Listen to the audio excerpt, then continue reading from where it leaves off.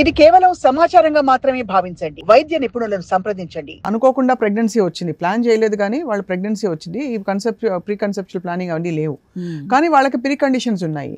వీళ్ళకి ఈ కండిషన్స్ వల్ల ఏం జరుగుతుంది, ముందు బేబీకి ఏమైనా ఎఫెక్ట్ అవుతుందని, జస్ట్ లైక్ డౌన్ సిండ్రోమ్కి వాటికి ఎలా అయితే అసెస్ చేస్తారో అలాగా ఏమైనా టెస్ట్లు ఉన్నాయా మ్యామ్?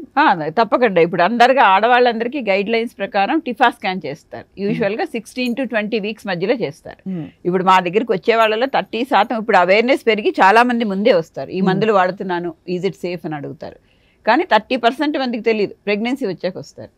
అయినా సరే నార్మల్గా కూడా మనం చూసుకుంటే జనరల్ పాపులేషన్లో అబ్నార్మల్ బేబీస్ అంటే అబ్నార్మల్ డెవలప్మెంట్ ఉన్న బేబీస్ పుట్టే రిస్క్ 2%.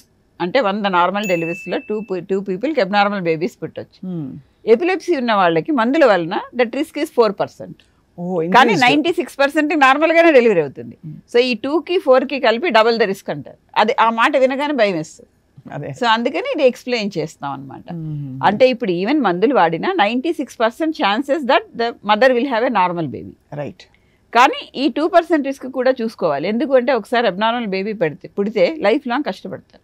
అందుకని ఈ టిఫా స్కాన్ 16 to 20 వీక్స్ మధ్యలో చేస్తారు.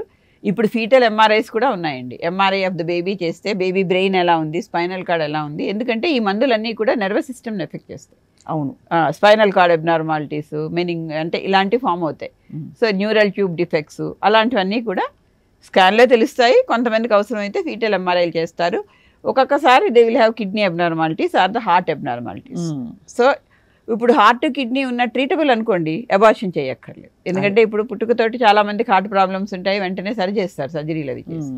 So anything which will cause disability to the baby ఉంటే మాత్రం డెఫినెట్గా అబార్షన్ రికమెండ్ చేయాల్సి వస్తుంది.